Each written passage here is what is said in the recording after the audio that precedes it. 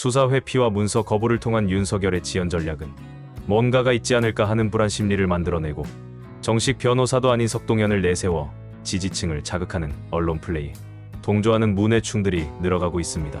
탄핵 전날 임명된 박선영은 계엄이 해제된 12월 5일에 윤석열 마음에 드는 글을 SNS에 올리고 윤석열이 탄핵되기 전날 진화위 위원장으로 발령받았습니다. 윤석열은 이런 인물들로만 정부를 구성했습니다. 나라가 정상적으로 운영될 수 없었다는 건 당연한 것입니다. 국민의힘도 윤석열에 적극 동조하고 있습니다. 국민의힘 상임고문 김무성은 야당과 대화를 거부하고 민심을 따르지 않는 윤석열이 잘못한 것이 아니라 오죽했으면 계엄을 했겠느냐고 윤석열을 두둔했습니다. 윤상현은 다른 곳도 아닌 국회 본회의장에서 내란 비상계엄을 정당한 통치권이라며 옹호하더니 윤석열에 동조하자면서 세력 결집을 호소하고 있습니다. 국민의힘이란 정당에서 국민은 사라졌습니다. 이런 상황에서 한덕수의 행보는 점입가경입니다. 죽은 자식 불알 만진다고 살아나지 않습니다. 국민 대다수가 납득하실지 여야가 타협안을 토론하고 협상하는 것부터 시작해야 한다고 생각합니다. 내란 특검안과 김건희 특검안 거부도 황당하지만 헌법재판관 임명안까지 여야가 합의안을 만들어야 한다는 한덕수에게 더 기회를 준다 해서 한덕수가 돌아올 가능성은 없다고 보여집니다. 한덕수의 전략은 수사는 나중에 하고 탄핵 심판을 먼저 하자는 윤석열의 전략과 같습니다. 헌법재판관 임명이 지연되면 탄핵 심판은 공전하게 되거나 논란의 중심에 서게 되는데 윤석열은 그것을 노리는 것입니다. 한덕수를 포함하여 국무위원 5명을 즉시 탄핵해서 국무회의의 심의의결권을 정지시켜야 합니다. 국무회의 의결권이 정지되면 정부로 국회가 보낸 법안들 중에서 15일이 지난 법안들은 국회의장이 공포함으로써 효력이 발생합니다. 비정상적인 국무회의가 권한을 남용하거나 선포할 권한을 상실했을 때를 대비해서 헌법의 안전장치로 마련되어 있는 규정입니다. 지금은 하루하루가 국민에게 지옥입니다. 윤석열 세력이 힘을 회복하고 세력을 규합할 시간을 벌어주면 안 됩니다. 국무회의가 의결권을 상실한다 해서 정부가 마비되는 것도 아닙니다. 새로운 것을 의결하지 못할 뿐입니다. 장차관들의 권한은 법령에 따라 그대로 유지되기 때문입니다.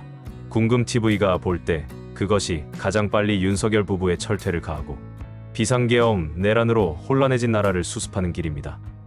대통령 권한대행을 하고 있는 한덕수 국무총리가 내란 특검과 김건희 여사 특검 공포는 물론 현재 공석인 3명의 헌법재판관 임명까지 사실상 거부하겠다는 방침을 내비쳤습니다. 내란 혐의 피의자인 한 총리는 특검 법안에 대해 수사를 받는 쪽도 수긍할 수 있는 법의 틀을 만들어내야 한다고 밝혔는데요. 윤석열 대통령 국민의힘과 함께 탄핵 심판을 지연시키는 버티기에 들어간 걸로 보입니다. 한덕수 국무총리가 국무회의에 내란특검법과 김건희 여사 특검법을 상정하지 않았습니다. 더불어민주당이 오늘까지 공포하지 않으면 탄핵소추 절차에 착수하겠다며 최후 통첩을 보냈지만 이를 거부한 겁니다.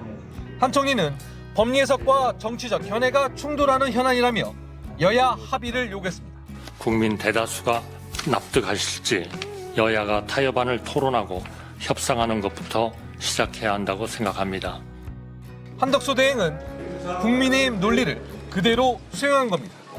수사를 하는 쪽과 받는 쪽이 모두 공평하다고 수긍할 수 있는 법의 틀을 만들어내기 위해 여야가 노력을 하지 않으면 대한민국에는 지금보다 한층 심한 불신과 증오가 자라날 위험이 큽니다.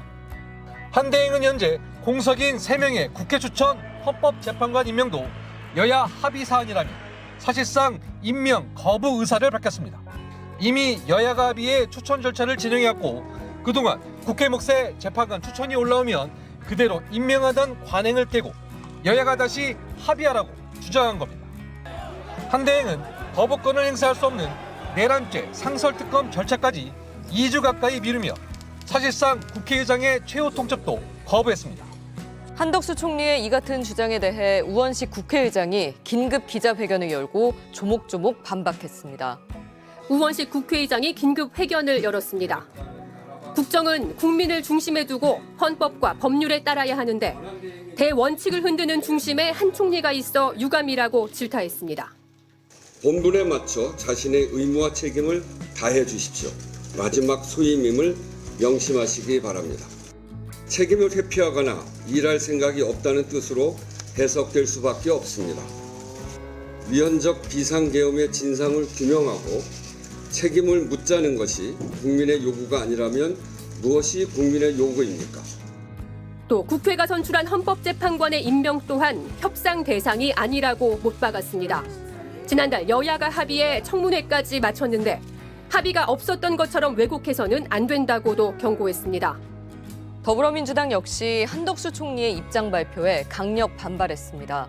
오늘까지 내란 특검법과 김건희 특검법을 공포하라고 못 박았던 더불어민주당은 한덕수 국무총리 탄핵을 만장일치 당론으로 채택했는데요. 탄핵안을 당장 오늘 발의하기로 했다가 일단은 26일 본회의까지 지켜보고 결정하겠다면서 숨고르기에 들어갔습니다. 시간을 지연해 내란을 지속시키겠다는 것 외에 달리 해석할 길이 없습니다. 독립적인 내란 행위라고 생각이 됩니다. 반드시 책임을 물어야 되겠습니다. 지도부 회의에 이어 긴급 의원총회를 연 민주당은 만장일치로 한 총리에 대한 탄핵소추 추진을 당론으로 정했습니다. 다만 성탄절을 넘겨 26일까지 상황을 본 뒤 탄핵소추안을 발의하기로 했습니다. 마지막 기회입니다. 한덕수 총리는 국민의 명령을 받들어서 빨리 신속하게 내란이 종결되는데 적극 협조하기를. 민주당이 숨고르기로 태세를 전환한 것은 한 총리에게 강한 경고를 던진 만큼 한 번 더 시간을 주며 여론을 지켜보겠다는 의도로 보입니다. 이런 가운데 국민의힘은 스스로 추천한 헌법재판관 후보자 청문회에도 불참했습니다. 한덕수 권한대행은 헌법재판관을 임명할 수 없다고 계속 주장하고 있는 건데요. 조한창 후보자는 헌법재판소는 9명을 갖춰 윤석열 대통령 탄핵 심판을 심리하는 것이 맞다며 한덕수 총리나 자신을 추천한 국민의힘과는 다른 입장을 밝혔습니다. 국민의힘 몫으로 추천된 조한창 후보자는 자신은 특정 정당이 아니라 최종적으로 국회의 추천을 받는 것이고 대통령 권한대행인 한덕수 국무총리는 임명 절차를 밟는 게 맞다는 입장을 밝혔습니다. 국민의힘과 더불어민주당을 떠나서 국회에서 선출하는 후보자로서 이 자리에 나와 있습니다. 더불어민주당 몫으로 추천된 마은혁, 정계선 후보자에 이어 3명 모두 권한대행인 한 총리가 국회목 재판관을 임명해야 한다는 헌법 해석을 내놓은 겁니다. 9명의 재판관이 구성되는 것이 헌법재판소의 정당성을 위해서도 합당합니다. 윤 대통령이 비상계엄의 이유로 든 부정선거 의혹에 대해선 대법원이 모두 기각했고 자신도 믿지 않는다고 말했고 12월 3일 상황이 비상계엄 선포 요건인 전시나 사변은 아니라고도 답했습니다. 전시였습니까? 저희가 생각하는 그러한 전쟁 상태는 아니었던 것으로. 그때 느낌이 어땠어요? 좀 황당한 느낌이었습니다. 이틀에 걸쳐 헌법재판관 후보자 3명의 인사청문회를 끝낸 국회는 이들에 대한 청문 경과보고서를 채택했습니다. 국민의힘은 자신들이 추천한 조 후보자의 청문보고서 채택에도 끝내 불참했습니다.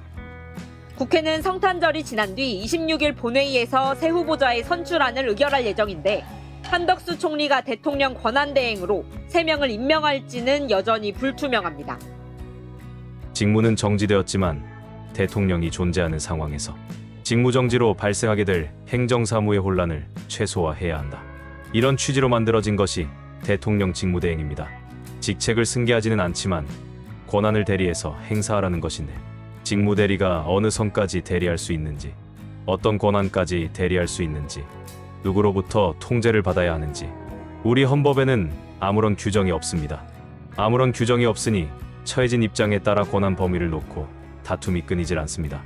하다못해 이제는 탄핵이결 정독수 다툼까지 나오고 있습니다. 다툼을 만들어내면 다툼이 될 수밖에 없는 끔찍한 현실. 어떤 주장이 맞다 틀리다 할 수 있는 근거가 헌법에 없기 때문입니다. 결정하는 권한만 존재하는 대통령이란 자리, 그런 대통령의 무지막지한 권한을 대행하는 자리인데 법적인 근거는 딱 한 줄입니다. 대통령 유고나 권리 시 그 직무를 대행한다.